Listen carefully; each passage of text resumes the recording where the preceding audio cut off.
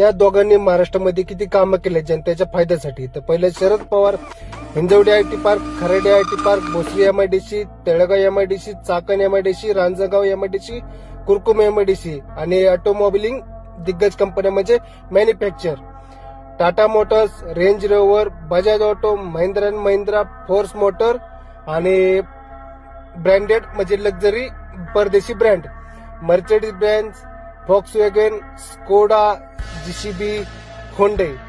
आणि शेतकऱ्यांसाठी 2008 मध्ये 71,000 कोटी रुपयाचं कर्ज माफ केलं होतं आणि प्लस साखर कारखाने सरकारी ताब्यात घेतले होते, प्लस दूध डेअरी आणि सोसायटी बँक आणि इस्रायल टेक्नॉलॉजी ठिबक सिंचन आणि महिलांसाठी 33% आरक्षण. आता भारतीय जनता पार्टीने महाराष्ट्रात कामं किती केले आहेत.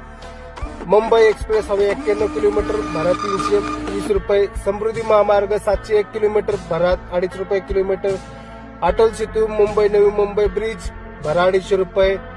मेट्रो पुणे मुंबई नागपूर आणि 5 लाख रुपयाची योजना सरकारी उपचारासाठी. आणि शेतकऱ्यांसाठी 6,000 रुपये निधी, महिलांसाठी 50% आरक्षण, लाडकी बहीण योजना 1,500 रुपये. आणि यांनी दारूचे रेट भरपूर वाढवले आणि त्यातनं लाडकी बहिणीचे पैसे वसूल केलेले आहेत.